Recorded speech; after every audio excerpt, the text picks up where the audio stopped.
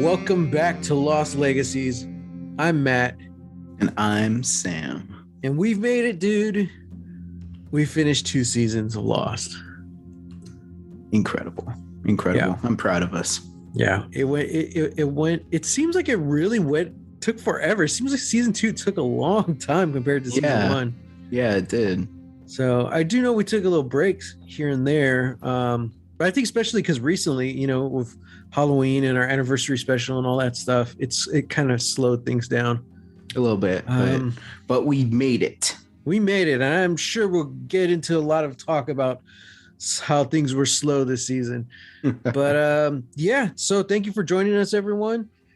Just so you know, this is going to be our last episode for a few weeks, and then we will be dropping another sort of Christmas special episode in time for the holidays. Yeah, so keep an ear out for that one. But let's do this. I mean, let's jump in because we're talking about Lost, season 2, episodes 23 and 24.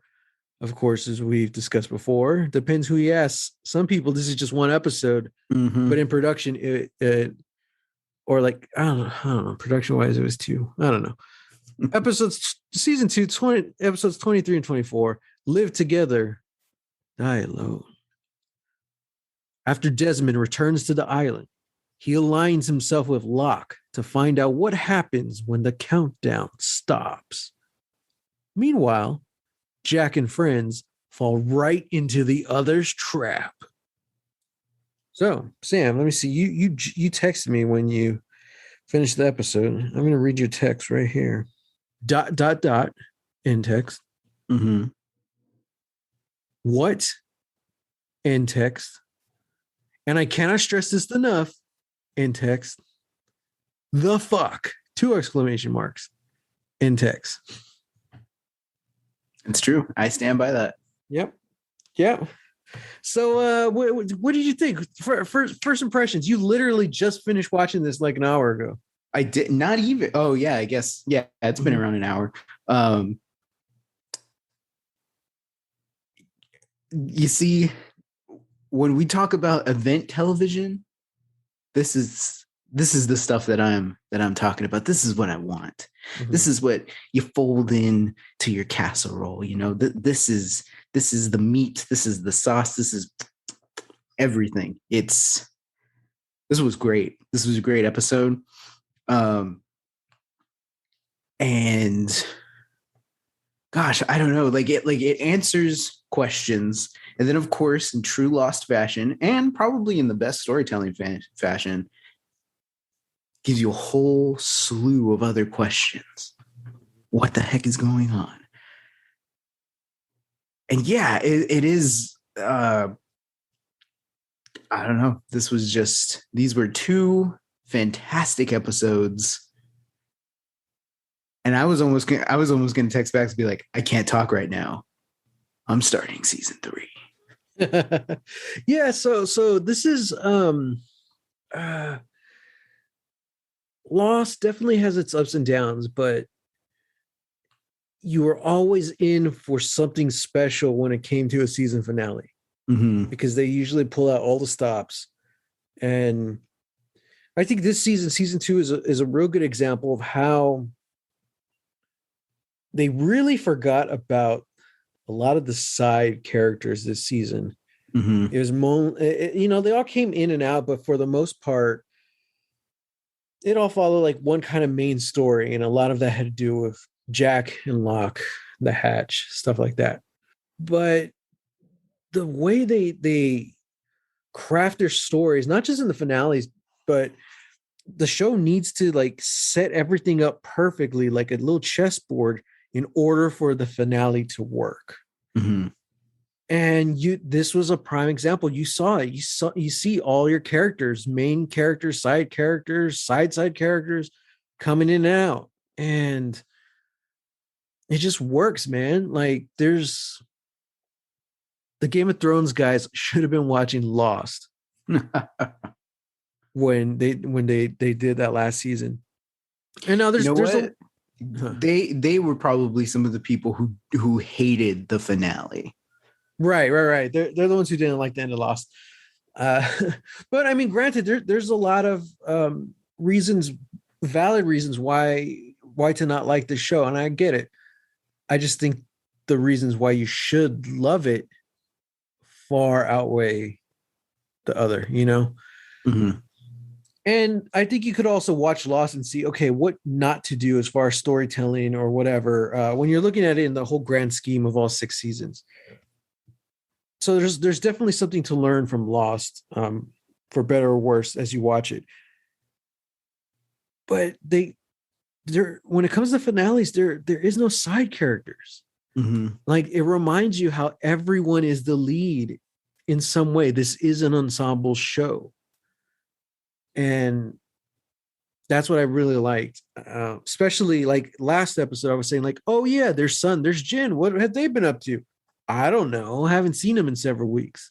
Mm-hmm. But it paid off. They got to do their own little thing in this last episode, and that's how I felt about all the characters. Yeah. But I guess in typical Lost fashion, let's start with the beginning, and then we'll talk about the flashbacks. Mm-hmm. What did they find on the boat, Sam? They found one Desmond. Not two, just one. Oh yeah, just one. Yeah. I forgot Desmond's last name. So yeah. It's good to see Desmond again, Mm-hmm. which was nice, especially since he kind of started off this whole season.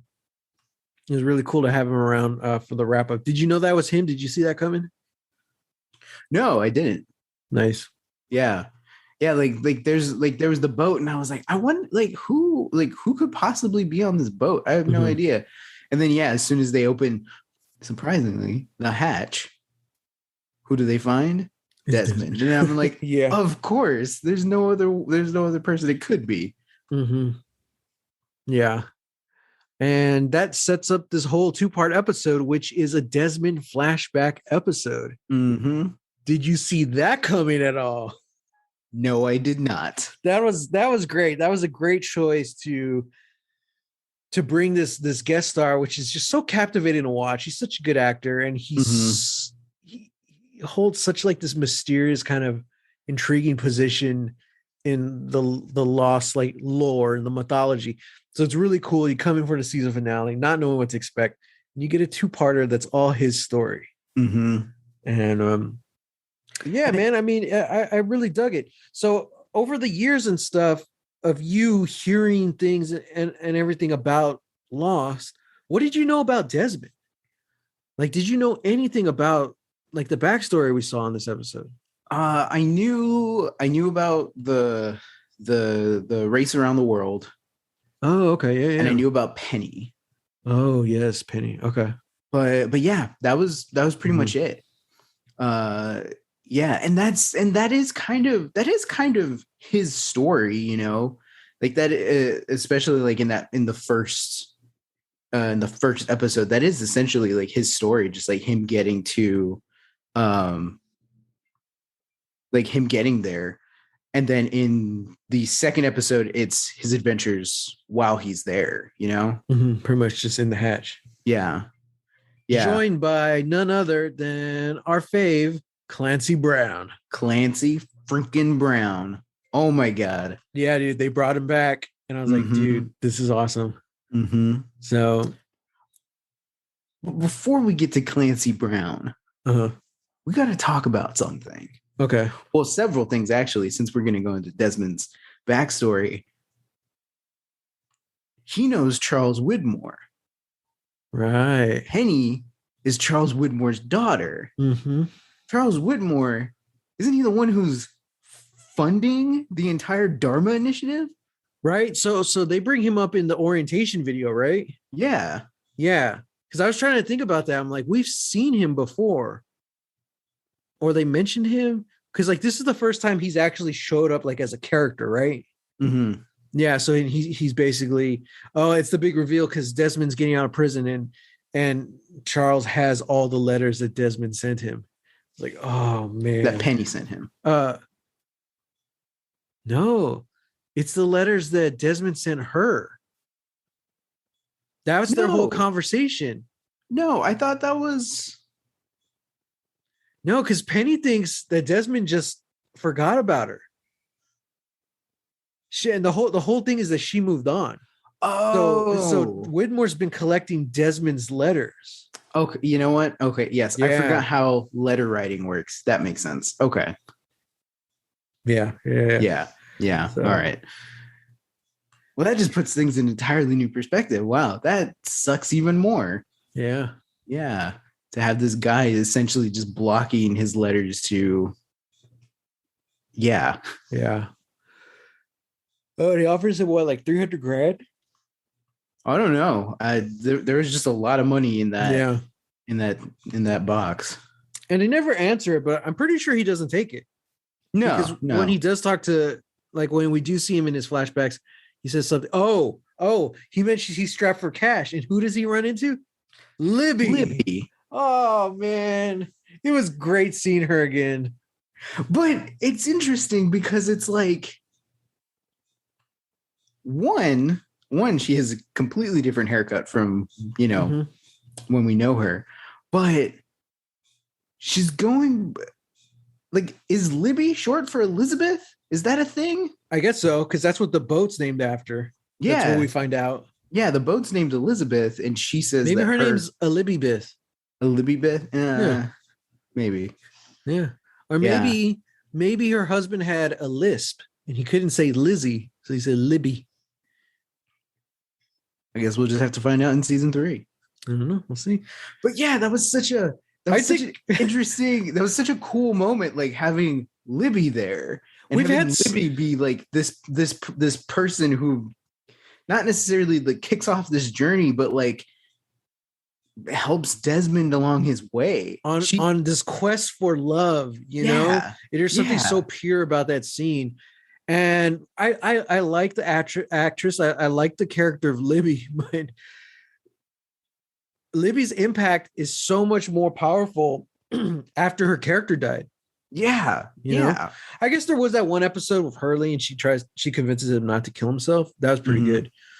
But the effect her death had on everyone, and then to keep seeing her pop up in flashbacks, because she was also in Echo's flashback.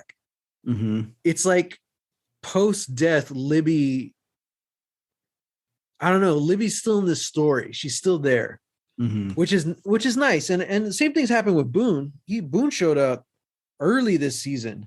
Yeah. And before Shannon died. She died in that episode. But yeah, so that's something that's cool about Lost. It's the idea of like no one's ever really dead, or more of like, just because they're dead doesn't mean it's the last time you've seen them. And it's never been in like a cheap way. Well, she's still alive, Yeah. It's like, no, like when they do bring the actor back, there's a purpose or a meaning. And like, this was a really meaningful scene. And it was cool to see Desmond, who is just on this quest for honor and love. And then to have Libby be the one who essentially enables him. She sends him off on his way to do it, to accomplish this. And who knows what the ramifications of that are. Because of Libby, that boat is on this island. Because of Libby, Desmond's on this island. So she is still impacting the survivors' lives. So we'll have to wait and see. Good old Elizabeth. So yeah, and then Clancy Brown is the roommate, Kelvin. Yeah, which was a twist. Unfortunately, I did see his name in like the credit. It popped up. Oh, okay. But I was like, oh, like maybe, once finding out, oh, okay, Desmond's part of like former military, like, oh, okay, maybe that's how they intersect, something along the way. Yeah. And then when he showed up on the island, I was like, oh man, okay, this is even better. This is cool. And he even tells Desmond, he's like, I was a spook for years. Or something, 10 years. Yeah. I know when I'm being followed. And it's like, yeah, like, so for fans who don't remember, our boy Clancy Brown played the American guy who essentially taught Saeed his torturer tricks. Mm-hmm. And that was the last we saw him. Like, he gives Saeed money and then he drops him off in the desert. Yeah, it just seems like so many different, like, kind of loose thread, or not loose threads, but threads, storylines from throughout this season are tying into this finale. Mm-hmm. But I mean, I guess to sum up Desmond's backstory, he was in love with Penny. Penny's father, Charles Widmore, wouldn't allow it. And now here's the thing, Desmond, he's going on this sailing trip around the world, this race, because Charles Widmore is throwing it. Mm-hmm. And Desmond wants to win the money, but it's mostly to regain his honor. Mm-hmm. So we don't really know what that means at this point. And we don't know why he's in jail. And we don't know why he needs to regain his honor and all that stuff. But he has beautiful, beautiful Penny, just wants Desmond and nothing else. And he's like, no, Penn, I need my honor. I was like, oh, jeez. So, and I will say that I was wondering how they were going to do the finale this season, because last season it was sort of an amalgamation of everybody's stories, you know, everybody's like last day in Sydney before they got on the plane. And that's still probably one of the best episodes. Yeah, it was great.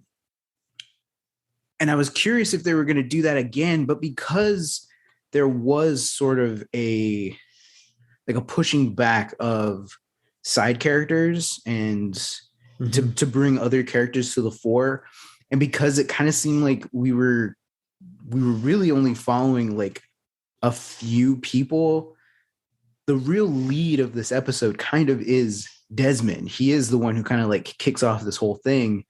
Yeah. And yeah, so I think the decision to make Desmond sort of like the focal character and then give us just one person's flashbacks for both two-parters, I was like, this is great. This is fantastic, because I was a little worried. I was a little worried that for part 2, we were going to get like another Jack flashback.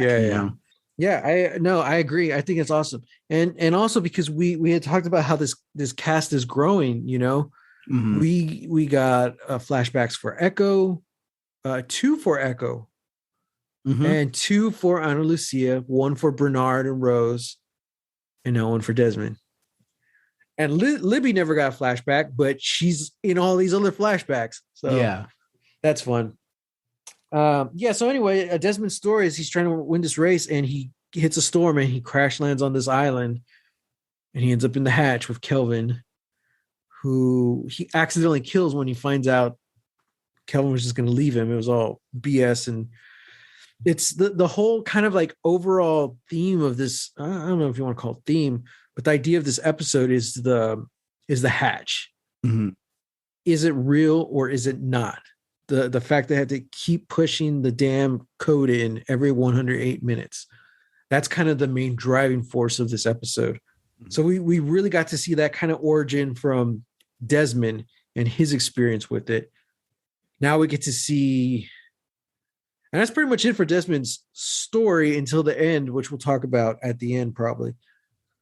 But yeah, most of this episode we have Locke and Echo actually coming to blows. Like Echo beats him up, you know, and they're and then Locke ends up locking him out of the hatch and back and forth, blah blah blah. But I mean, these are all storylines that they had been building, so it felt good. These last couple of episodes, it felt good to see that resolution, or quote unquote resolution, I guess.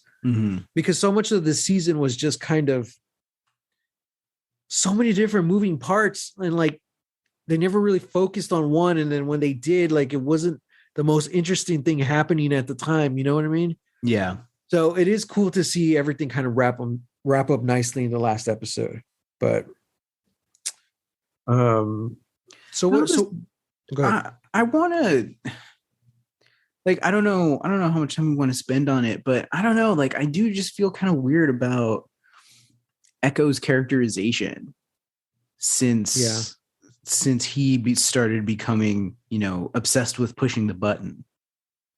Yeah, it's very obsessive, and like I don't understand it, and I don't really get where it comes from. Like I don't see why he suddenly became possessed by it, Yeah, and if you think about it, like it's his brother in his dreams that led him there to push the button. But I feel like I feel like maybe that's an interpretation that maybe he mistook. We're saying like Yemi is leading him to Locke to continue the work, to continue pushing the button. But I don't think that was the point. I think it was just about getting Locke on the right path. So them finding the second hatch or the other hatch that showed like the observation, I kind of feel like maybe that was the point. But yeah, could have. Like it's then very, again, I don't know, because of just how this episode ends, Yeah, and it was very open ended. So it's like Yemi could have been trying to get Echo to help John find the way. He could have been getting Echo. Well, I was going to say to stop John, but no, because even in the dreams, he's like, you need to help John. But John ends up losing his way on the way. But yeah, then as we see in the numbers they bring back, the papers, it does kind of reveal like, oh, this is real. Desmond's the one who accidentally crashed their plane by not pushing those numbers. I don't know. Like it's just the wildest thing. So that's interesting. We're gonna have to. I think that's definitely a storyline where we're gonna have to keep watching to see how that goes. Yeah, because like, what was the point of Echo being the one to continue pushing the thing? And now what happens that we still don't know what happened. Everything goes white. Yeah. And maybe exploded because the quarantine door ended up on the beach. Yeah. That was pretty cool. That was a really cool moment. I was like, oh crap. Yeah. Yeah. And of course, while all this, the rest of this is happening, Jack and Saeed make a plan of how they're going to, get a jump on the others and figure out a way, to not get in a trap, fall in a trap, and they fall in the trap. First off, Jack kind of gives, that's not his fault, but he gives Michael an empty gun. So when Michael tries to shoot it at that mysterious bird, he's like, oh crap, they gave me a unloaded weapon. Yeah, what was that bird? Something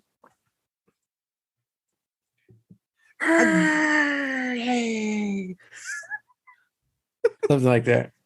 Perfect impression. Spot on impression. Yeah. I don't know. Like, there was a weird CG bird. Did it say Hurley's name? I don't know. He seemed to think it did. Sawyer didn't. Just because it's the island, because it's lost, I'm inclined to say yes. Right. Yes, it did.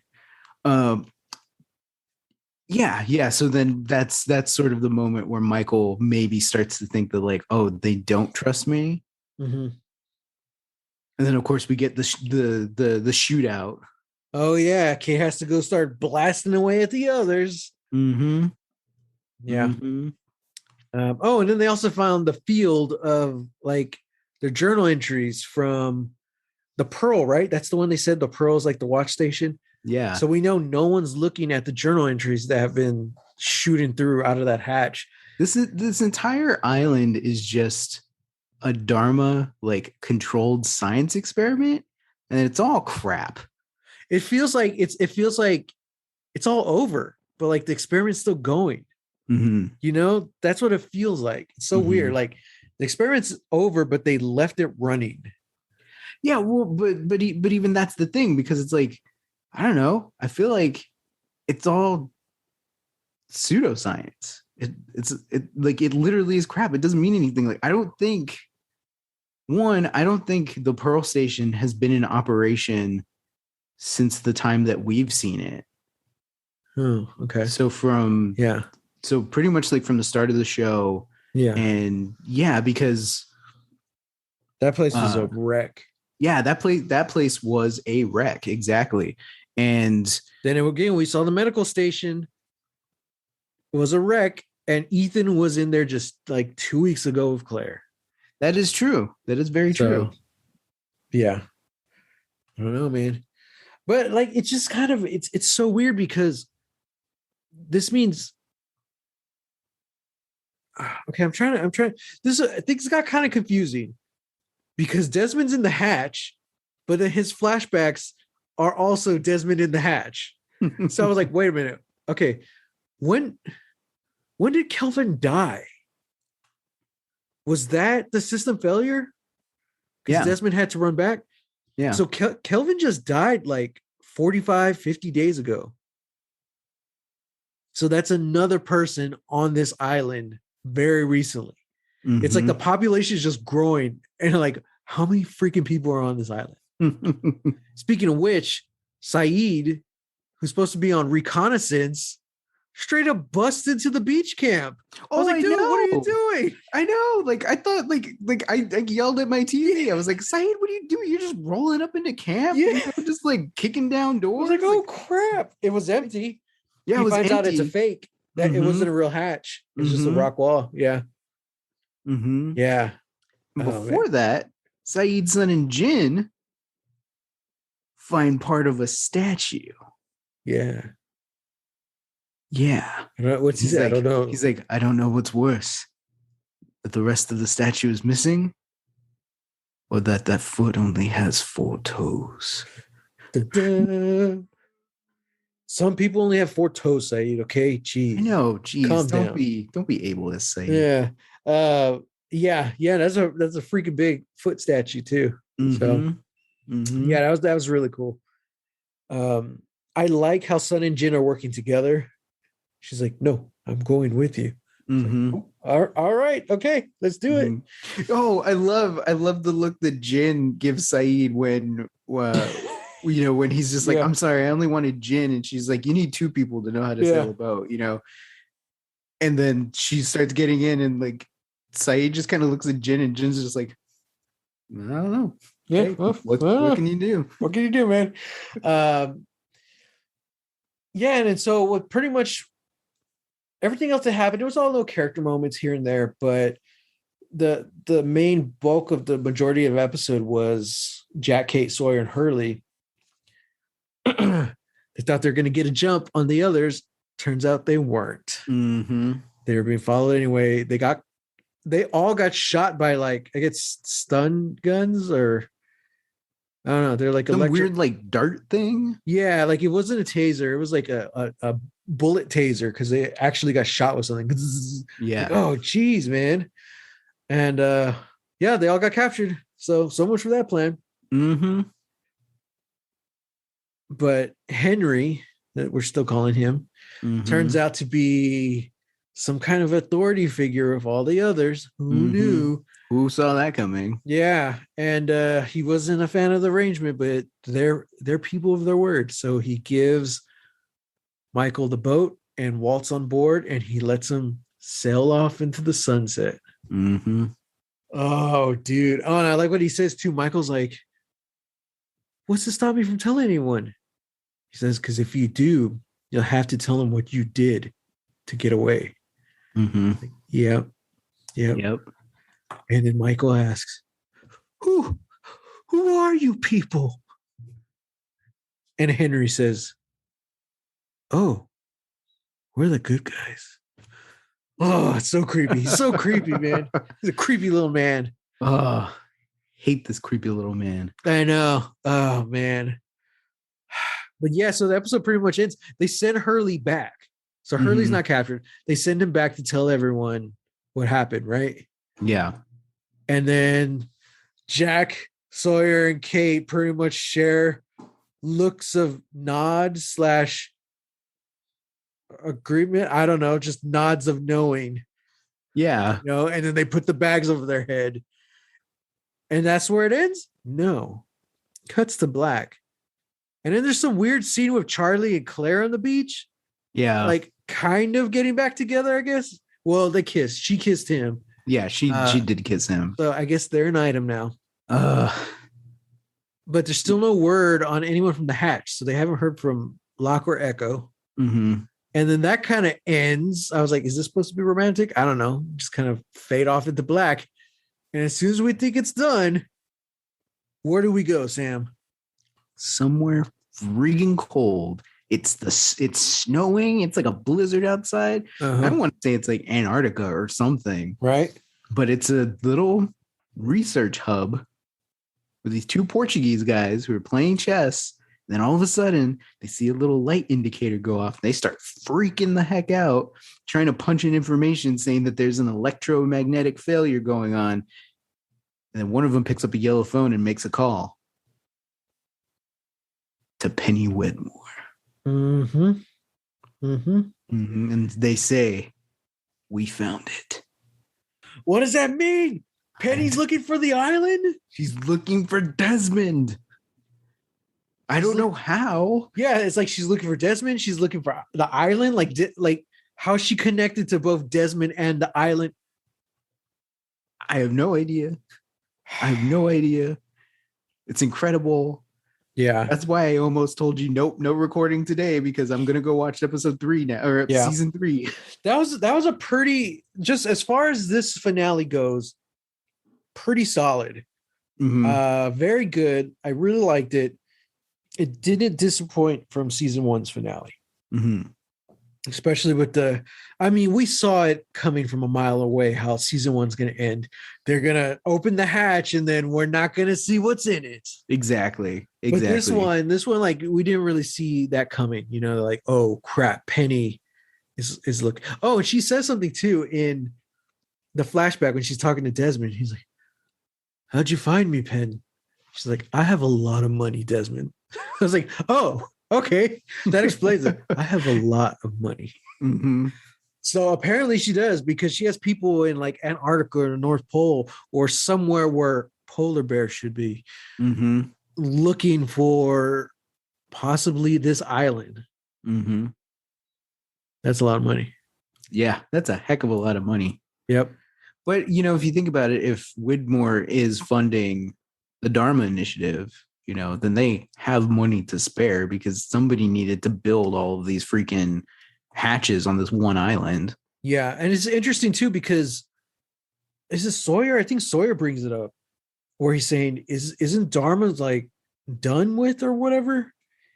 Right. Someone brings it up. Like, are they even still around anymore? Oh, he said his theory or the popular theory on the beach is that the others are the remnants of Dharma. Mm. But then he said, my theory, aliens. Yeah. Yeah. Like, yeah. But so we don't really know the state of Dharma. Like, that's the thing. We don't know who the others are.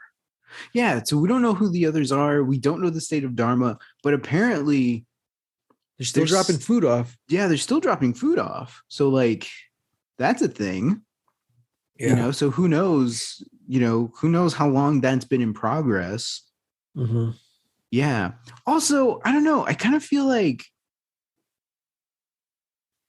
I don't know, maybe this is me just getting too conspiracy theorist into it, but I feel like Desmond isn't accurate with how long he's been there. Not that he's like being deceiving on purpose. Uh-huh. I think it's just, I don't know, because it's weird. Like, it just feels weird, like that he's been on the island for almost 3 years. Well, I think it was 2 years. Yeah. Why not? I don't know. Like, it just feels off to me. Maybe it's just because like there's not like a timeline. There's not like a timeline, but there's also not like that much difference between when Desmond shows up on the island to when Kelvin dies, essentially. Like the only way we get like any sort of passage of time is when he tells him like I haven't been outside in 2 years, and then when Kelvin mentions him shaving, that he shaved every day since he got there. So it's like that's kind of it. And I don't know, like maybe that's just not enough for me. Like I kind of need more evidence. But now my theory, one of my theories going off is like maybe like it's not. Maybe like I don't know. We already know Kelvin can be deceiving, so maybe he lied to Desmond. I don't know. Oh, about time? Yeah, about time, or at least like how long he's been there. But then again, I don't know. I don't know what the purpose of that would be. Yeah. I don't know. I mean, that's an interesting one. Because I don't know what, like, I have no evidence. I have nothing to show for, there's nothing to show that, like, oh, time isn't the way it should be for Desmond. You know what I mean? Yeah. So, yeah, I don't know. But it is interesting that they mentioned that 2 years because it kind of starts putting things into perspective. Because that's when Desmond met Jack at the stadium. Mm-hmm. And that's when Jack first met his wife when she was a patient. It's right. Okay, so you start seeing how a lot of this stuff is kind of recent. Mm-hmm. Yeah. Since last time, it was a mistake trying to do a season 1 wrap up. So this is also like our season 2 wrap up. Yeah. I'm just gonna come out the gate and say it. Was season 2 better or worse than season 1?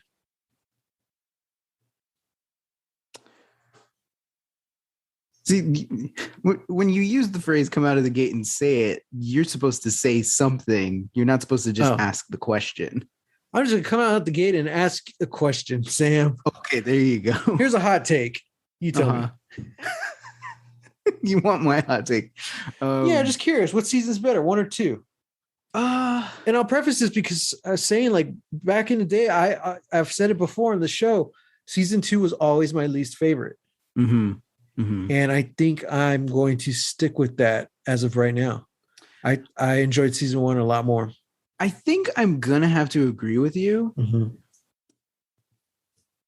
Really, because I feel like season 1, everything was so fresh. We had no parameters of what was possible or what could happen, any of that stuff. It's like is Boone's death literally a sacrifice that was demanded by the island? I don't know. What is in the hatch? I don't know. And it's not so much that I find any of the answers disappointing that we've gotten this season. Like I'm very intrigued by the concept of the hatch and how the numbers are involved and all of that. And Desmond as a character, I think there are a lot of strengths in this season. I think the character development overall has been better this season. But yeah, I feel like there is a trade-off because we have to focus a little bit less on certain characters so then they don't show up as often. And then also we spent so much time on the Henry Gale plot, and that kind of just amounted to nothing in the sense that, like, we still don't know anything about the other. We don't know anything that we didn't already know. We already knew they were deceptive because, one, just how their movements all are, but then like Kate keeps bringing up the freaking fake beard. They even have to address it in this episode. And it is something that's kind of like, okay, I get it. Like the fake, why the deception is my question. And it's like, we don't have any answers to the others, and we still know that they're very dangerous, and that's kind of it. We know that they have some sort of authority figure in Henry, and apparently a way to get off the island with a boat, but that's it. So and you can tell Henry's frustrated too, even because, like, what's his name, Tom, is not wearing the beard anymore. He's just like, we've talked about it. Henry's a theatrical dude, so he's upset once the beard is gone. That's my theory. All of the others are just actors from a cruise line. But yeah, I think this season was very strong. I really liked I really liked all the side characters that they brought in. Mhm. I liked their stories, even if I didn't necessarily like where they ended. Like ending both Ana Lucia and Libby in the same episode is like, that's Yeah. rough. You know, you took out two of your new cast members. And then I'm not a fan of the direction that Echo went. But no, it's okay, Sam, because Libby actually died slowly and horribly in the next episode. That's even worse. I don't like that. It's even worse. Also, like, yeah, it did it's kind of odd looking back, but a lot of the character episodes that we got this season did sort of feel like filler because most of the main cast, you know, Jack, Kate, and Sawyer, like they don't really have a completion of any arc in this finale. You know? Yeah, it's very true. Yeah, so everything is just very much open-ended, and I don't hate that. It is just sort of like puzzling. Mm-hmm. So I'll say that this season finale was good on delivering like the sort of on the epic, you know, on the mythic, you know, like there's a lot of lore that's going on, you know, both with Desmond and finding the statues, you know, finding, you know, all these other things. Like there's a lot of lore and world building. And I think on that level it was good. Also, just the fact that like something happened when they didn't push the button, and Locke gets that moment where he and Echo look at each other and he's like, I was wrong. Yeah. And that's the last time we see them. Yeah, we didn't bring that up too. In Desmond's flashback, Kelvin reveals that there's like a way to disarm everything. Is that what he was saying? Or to turn it off? Something like that, yeah. Because that's essentially they're not able, it's too late, you know. Desmond has like a change of heart once he starts like really figuring things out in the hatch. And he reads the numbers, he realizes like, no, this is real. We have to keep pushing the numbers. But Locke destroys the computer. So Desmond goes underneath the hatch, pulls out the key, and what does he say? Does he say, I love you, Pin? Right? I love you, Pin. Because he's thinking about the last words in the letter that she wrote him that's been in his book the whole time. I love that, dude. Time. Yeah. She's like, I wrote this and hid it in a place you would only turn to in desperation. I was like, oh my God, dude. Because he tells the guard at the beginning of his first episode that he's never going to read that book. The only time he's going to read that book is when he's going to die. Yeah.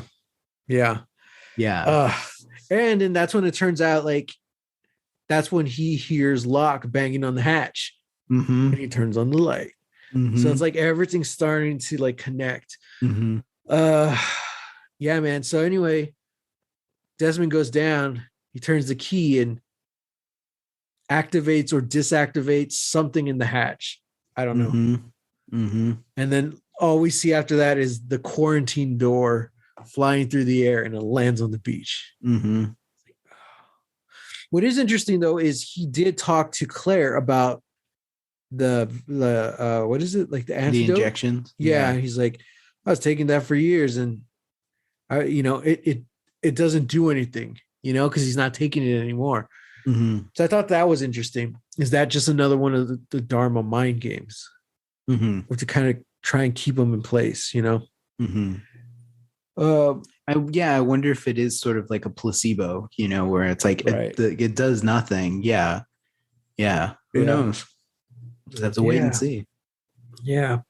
But yeah, to go back to your initial question, yeah, I'll agree with you that I think season 1 was probably better just because it was fresh, because everything was new and exciting. But season 2, I feel like had, for the characters that it allowed to, it had better characterization, and a lot more world building. And you know, I'm all about the world building. So yeah, I feel like what happened was season 1, they made the pilot, and then they're like, okay, we're gonna have to go make more of these. Yeah. So a lot of season 1 was like on the fly. That's why some of the storylines didn't work or just felt very rushed. But they took the time to make sure they touched every character and they gave everyone something to do. Season 2, they weren't, crunched for time because they had several months to prepare and to do pre-production, all that stuff. That's why our first 8 episodes of this season were phenomenal. I think those first 8 episodes are better than anything in the first season.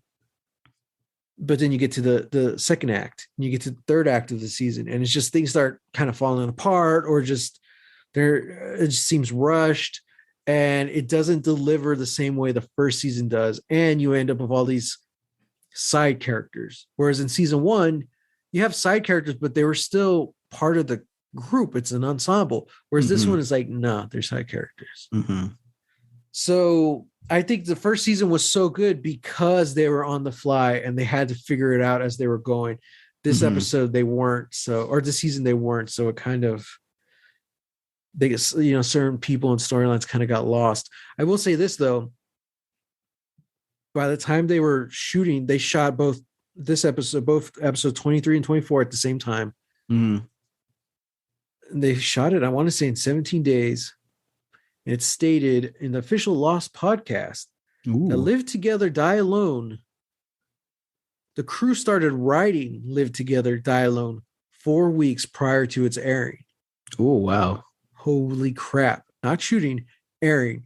Wow. The episode was shot in 17 days with 2 crews, and the final scene with Penny was shot just 5 days before airing. Wow. That's crazy. That goes back to the entire, it was that goes back to the entire conception of the series, right, where it's pitched, filmed, edited, and then premieres within a matter of months. Yeah. And I think insane. That's what happens when you have a show that's this long. Their seasons are 20 plus episodes. Yeah. So it's also easy to see why the last half of Lost, those seasons were essentially cut in 2 almost. Yeah. So, yeah, man. I will say this. I was happy that at least one character from the last season got a brief mention in this episode. Shout out to Dr. Arts. Oh, yeah. Yeah. They went back to go get more dynamite. They're like, you don't want to end up like Arts. It's like, yeah, that's true. You just said it with the side characters, and it started making me think of what he was saying about clicks and all that. Yeah. Man. Yeah, I don't know. It's still we'll see. I still think this is probably my least favorite show. I ended up liking it's your least favorite show. Sorry, Why are we doing the podcast then? Because I'm a sociopath. This is my least favorite season of the show. Gotcha. But I did end up liking a lot of this season. There's a lot more, or there's a lot of it that I forgot about, or I just understand in kind of a different context now. So I'm like, oh, okay, good. So yeah, so we'll have to see what the future holds for Lost. I guess let's talk about VIPs for this episode. VIPs? Yeah. MVPs. Oh my God. What's wrong with you? I don't know. What is it with you today? I don't know, dude. This is my least favorite show. This is my least favorite podcast, Sam. MVPs for this. Oh, so that means I'm your least favorite brother, huh? No, just my least favorite podcast host. No, that's fair. We're no Mickey and Amy, Oh man, yeah. Out of the 4 people we've had on this podcast, they're probably the top 2. Okay, MVPs for this episode specifically.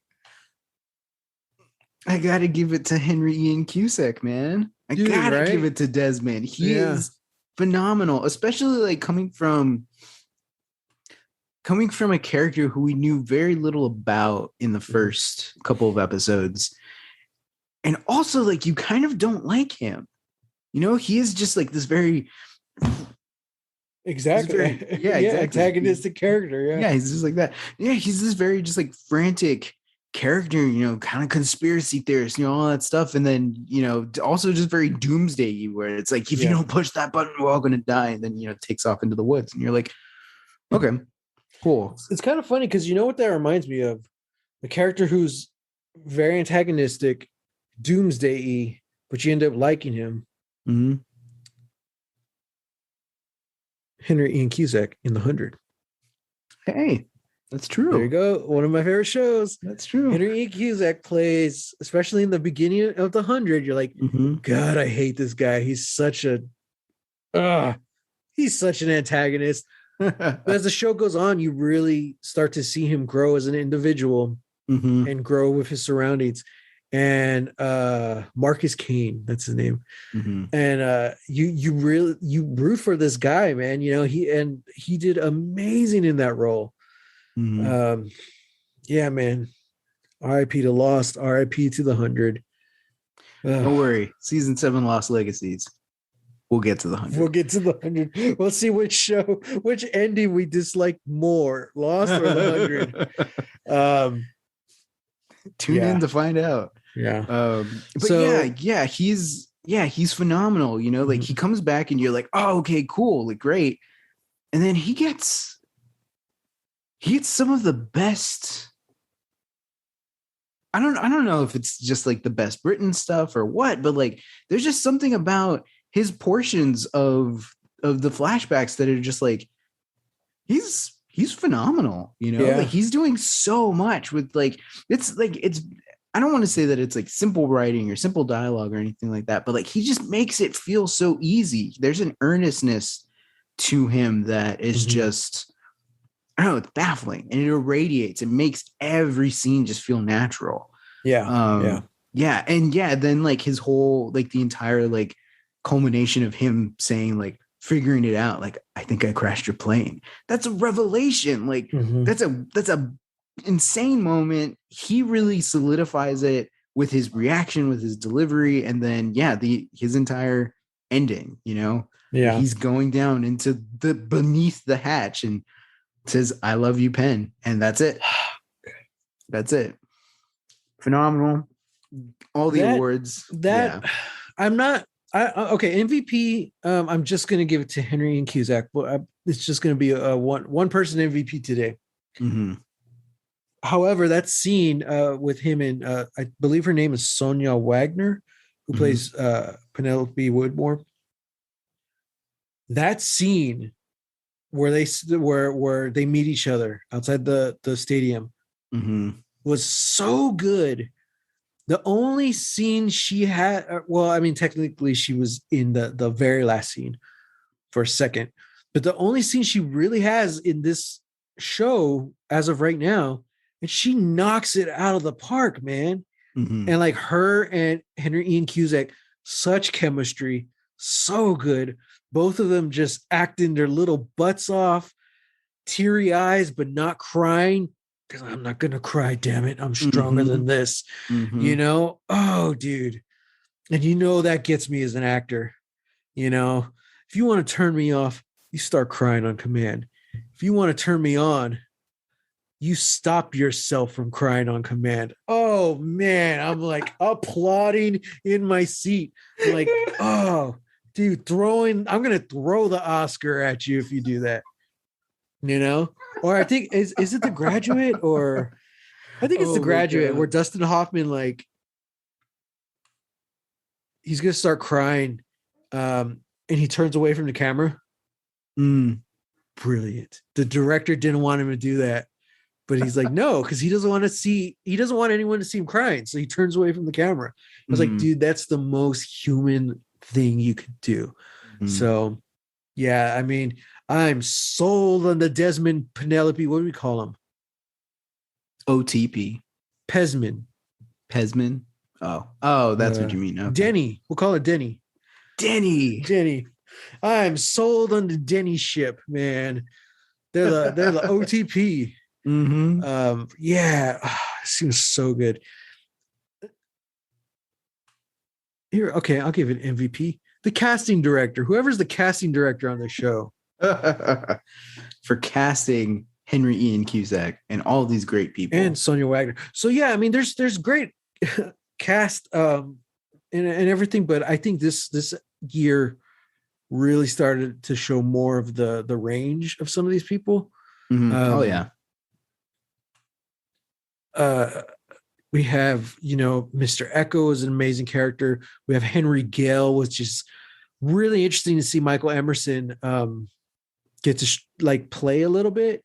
I think it's Mhm. just frustrating because we don't really get to see Michael Emerson. We see him as this weird kind of character before he turns into his real character, you know. Mhm. But yeah, and then we get Desmond, we get Penny in just this one little scene, and you're like, oh my god, so much. So I'm down. I want more Penny always. Absolutely. So I'm gonna give it to Henry Ian Cusack and the casting director. Now, here's the big question. I don't know if Mhm. let me see. I don't know if I asked you this last season. Let me go back on my notes real quick. Oh no, I didn't. But I was gonna say, do you have an MVP for the season? Ooh, I don't know. I don't know that I do, because I feel like every time we got a character who was like, oh yeah, MVP, like multiple MVPs through the season, uh, their character just kind of dropped off for a little bit. Yeah, they just disappeared for a few episodes. They disappeared, and then whenever they came back, it's like not doing much, you know. Or in the case of like Mr. Echo, it's like love the character, love what you're doing with the character, and then takes a kind of weird left turn, and now I'm just sort of like perplexed. Like not to knock the performance, because I think it's a good performance for what's being written. I just don't understand the characterization. Yeah. You know, so then it's something like that. Yeah. Yeah. Yeah. So yeah, I don't know. Not this season. Not this season. But we'll circle back to this in the season 3 finale. Oh. Well, now that season 2 is over, we've seen how it ends. Any theories or predictions going on forward? Season 3 or further? I'll say this. I already know how season 3 ends, because it's kind of like, you know, there's so many spoilers out there. There's so many. Well, there's so many spoilers out there, but also it was living in that moment. You know, it was like that was historic moment of television. Yeah, it's like it's up there. I think with like, I would say it's up there with Darth Vader revealing that he's Luke's father. You know, ooh, wow, yeah, it's up there. It's like that's a turn that you're just like, holy crap. It's one of those things, because okay, we have to avoid spoilers, but yeah, yes. If you think about Darth Vader revealing that he's Luke Skywalker, yeah, a lot of people, even not fans of Star Wars, remember that. I don't think a lot of people who weren't fans of Lost, I don't think they remember the big twist in season 3 or at the end. It's the specific part we're talking about.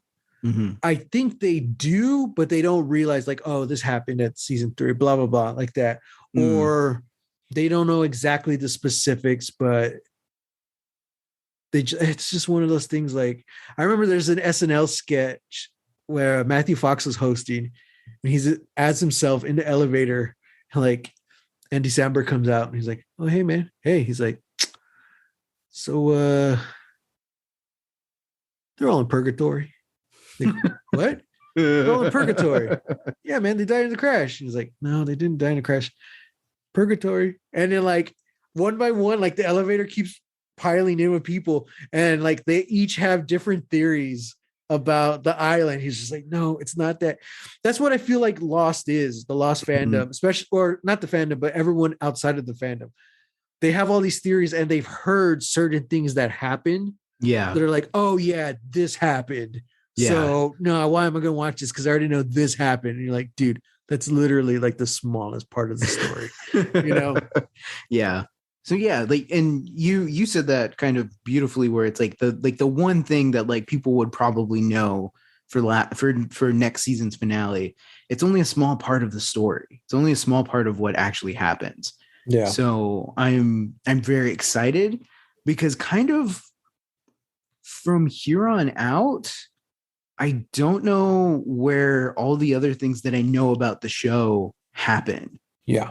Like, I know a few more characters die, but I don't know where. Yeah. And I kind of just have like a big blind spot for really like season 3.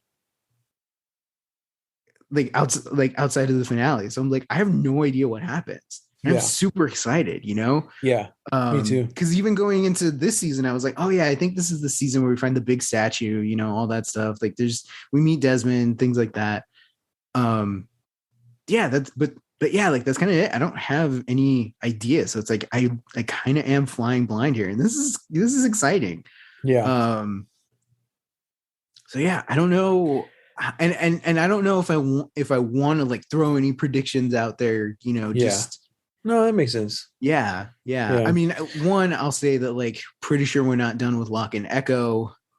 Right. Yeah. And I think like we'll definitely get more definitive answers for the others, who they are, maybe what they're doing. I think especially since we know the way this episode ends that are like three of the main leads are captured with the others. So it kind of just feels like no matter what, we're going to get more others. And also in a way, we kind of mentioned it a couple episodes ago, in a big way, this does feel like the end of an act, you know, like act 1 or whatever, because I want to say season 1 kind of felt like the ending of a book. So much was wrapping up in the season 1 finale, and then there's still some loose threads. This one doesn't feel like that. It feels like just another chapter of a book. You know, it's like, okay, especially when you were saying like Jack, Kate, Sawyer, like they didn't have any arc. You know, they had an arc through the season, but nothing that really wrapped up by the end of this season. So I don't know. But I think also it's like these first 2 seasons, like season 1, we were all about like ourselves. Who are the survivors? Who are we? Season 2 was really seemed a lot to be about the others. Even with all the interpersonal conflicts and stuff, like we were always worried about the others. So now, hopefully, maybe we get to see who the others are. It feels like the end of like act 1 or something like that, you know? And like I've also said in the past, like you could break Lost, the whole series, 6 seasons, into 3 acts. You can also break it into a different 3-act structure. You could also break it into 6 acts, like one per season. Like it's really interesting once you start getting the bigger picture. Like, oh, okay, I see it.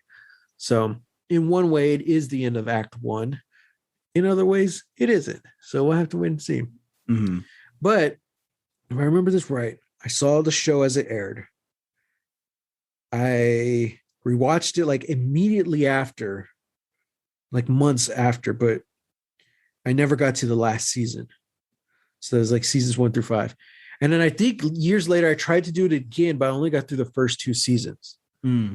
So season 3, it's been a good 15 years since I've seen season 3. Dang. So I think for the first time now, I'm excited, just like you. Like I remember a lot of the big moments from when I first watched it, but now I'm like, I'm in the dark a lot here. I'm like, all right, we're gonna see what happens, because I don't remember a lot of this. So I'm nervous and excited. So we're gonna see. I'm excited to go on this journey with you, Sam. But I'm also incredibly nervous because I'm like, oh man, what if Sam doesn't like it? What if we did this whole podcast for nothing? For nothing. You know that not.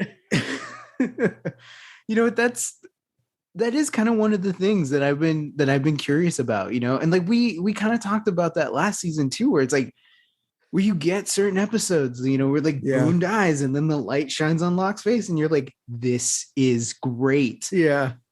And then you get, you know, some you get another Charlie episode and you're like, yeah, okay, yeah, sure. What if we get to the last episode, we're like, you know what? I don't really like this show. It's like, God, like, yeah, we get to the last episode and be like, oh, finally, it's over. That final episode is just gonna be like 10 minutes. Be like, yeah, it sucked. Here you go. But yeah, I mean, like that's also kind of been my thing. I mean, like there's never gonna be. I don't think there's ever gonna be a season finale where everybody, or a series finale where everybody is 100% happy. Yeah. Not within the context of the show, but like within the context of like the fans. Like, I don't think you're ever gonna get a season finale that makes everybody happy. Yeah. And for me, it's kind of the same. It's kind of the same thing like with Battlestar Galactica, where it's like I love that series finale. You know, I do think it's messy. I do think it's a little sloppy, but I also really like it. I enjoy the ambiguity. I enjoyed the journey. I enjoyed the journey is more what it is. Exactly. Yeah. That's what keeps me going back to it. You know, like it's like, yeah, like I fell in love with those characters. Yeah. I fell in love with their story, what happened to them. And it's like, yeah, like, so it kind of almost doesn't matter how the story ends. Yeah. You know, I know a lot of people who didn't like that last season, but I'm like, you know what? Like the second half of that season, the one that almost didn't get made was the writer strike. I love it. That's some of my best, like my favorite science fiction. You know, I think of the stuff before season 4A is what I didn't really dig. Before B, like I loved every moment of it. And I feel like I feel like both of them do a good thing where it's like, oh, okay, yeah, like we're setting this up, we're paying this off now, we're doing this. It's like, I don't know, like I feel like they wrapped it up in maybe the best way that they could, especially given their circumstances. Yeah, just your showrunner should not show up in the very last scene. So obviously on camera. Because if you don't know who they are, you should be fine. But if you do know who they are, you're in this weird meta moment where like the fourth wall is almost being broken. And like I screamed at my television set. I'm like, what the hell are you doing? Like this was all in Ron Moore's head. I'm like, what?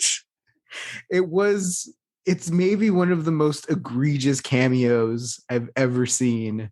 Right? But I would have loved a Ron Moore cameo, but that was not the moment. You know, that's the very last scene of the show. That should be like that should be like you put up on a pedestal, you know. It's sacrilegious to pull a stunt like that. That's like having Lost end with Carlton Cuse and Damon Lindelof coming off like, you know what? They forgot about the polar bears. They're the guys. Yeah. They're the guys who were putting people on the boats, like reaching out their hands and be like, you're going home now. This nightmare is over. Like, oh my God, get over yourselves, guys. Come on. They're pulling them up and they're like, you're safe now. Everything before, it didn't matter. What? Oh man. Yeah, that's right. Oh man, that's right. But yeah, you know, I think like that's the thing. Like we started out this podcast because we were in a pandemic. Yeah. Which we're still technically still in. Yeah. Yeah. And make sure you guys are still wearing your masks and all. But so this was a way for like you and I to hang out with each other and bond over something and give us an excuse to see each other and talk to each other every week. Yeah.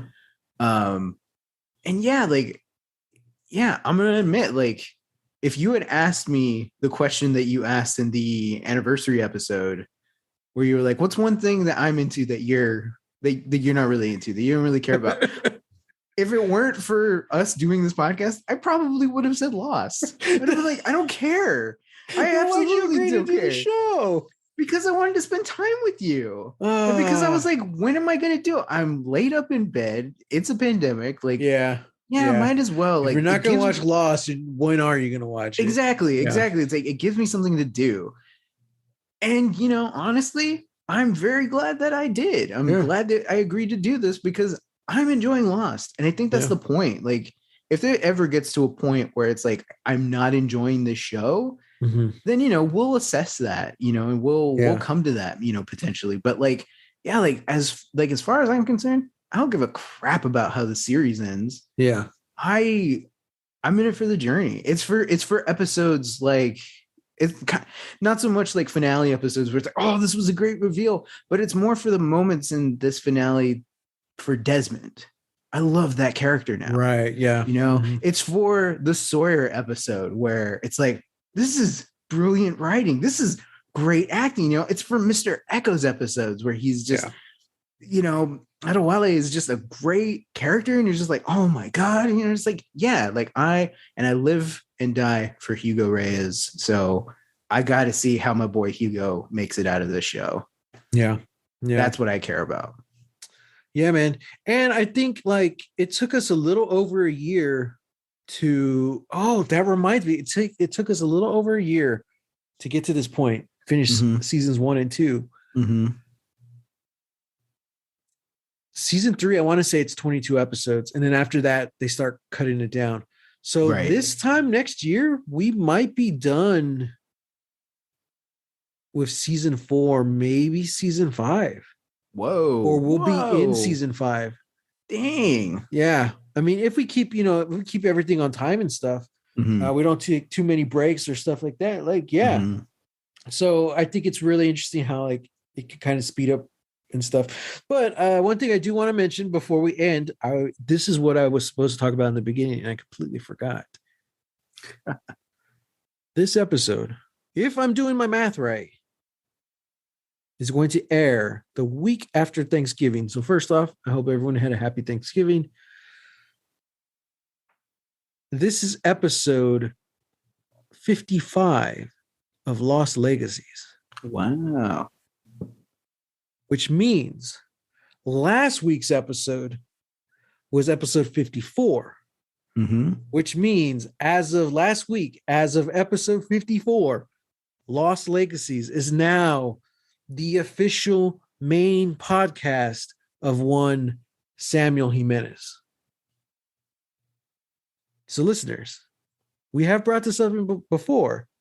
Sam used to have another podcast with his buddies called Overexposed, where they talked about all things film. They made it 53 episodes. I think you could only find like 4 of them. 4 of them are still, the last 4 are still online. Yeah. I just checked it the other day. But yeah, they made it 53 episodes. So as of last week, episode 54, Lost Legacies is your primary podcast. So Sam, welcome to the show. Thank you so much. You're now the official co-host. Before you weren't, I guess. I don't know how this stuff works. I was just the guest co-host, I guess. You're the guest co-host. Assistant to the assistant intern. co-host. Yeah, the intern to the assistant co-host. Yeah. So wow. It's an honor. Enjoy your new podcast, Sam. Thanks. I wish you the best in your future endeavors. Oh, thank you. I think it's going to be great. Thank you for this lovely bottle of Dharma Initiative sanctioned vodka. This is fantastic. I'll enjoy it. Wreath of flowers that looks like it belongs at a funeral. Yeah. I'll enjoy that with my Dharma Initiative approved can of sardines. Yeah. Thanks a lot. Really appreciate it. And barrel of mayo. Nothing like sardines, mayo, and vodka. Thanks, Dharma. Yep. So I just wanted to bring that up before we finished. Yeah. Well, Sam is good. Had a fun podcasting year. I hope everyone out there had a great Thanksgiving and you have a great holiday season. We will be back before the end of the year because we will be dropping a Christmas episode. So look out for that. I have no idea what we're doing yet, but it's going to be full of Christmas joy and fun. So as always, or else, damn it.